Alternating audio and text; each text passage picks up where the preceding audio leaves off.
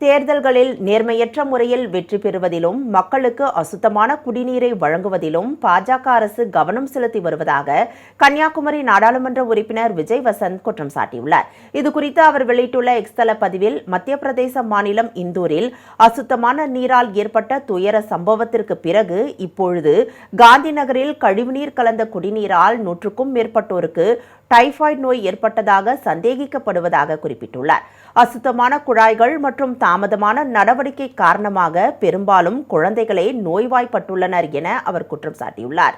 இதுதான் குஜராத் மாதிரியா என்றும், அடிப்படை மனித உரிமையான சுத்தமான குடிநீர் பொது சுகாதாரத்திற்கு அச்சுறுத்தலாக மாறியுள்ளதா என்றும் அவர் கேள்வி எழுப்பியுள்ளார்.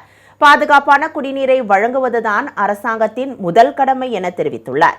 இதேபோல் அவர் வெளியிட்டுள்ள மற்றுமொரு பதிவில், குற்றம் நிரூபிக்கப்பட்ட ஒரு பாலியல் குற்றவாளிக்கு எளிதாக பரோல் வழங்கப்படுகிறது. ஆனால் 18 வயது பெண் அங்கிதா பண்டாரி சித்திரவதை செய்யப்பட்டு கொலை செய்யப்பட்ட போது அதிகாரத்தில் இருப்பவர்களுடன் தொடர்புடைய குற்றவாளிகளுக்கு பாதுகாப்பு அளிக்கப்பட்டதாக அவர் குற்றம் சாட்டியுள்ளார். இந்தியாவில் உள்ள பெண்கள் நம்பியிருக்க வேண்டிய நீதி இதுதானா என்று விஜய் வசந்த் கேள்வி எழுப்பியுள்ளார்.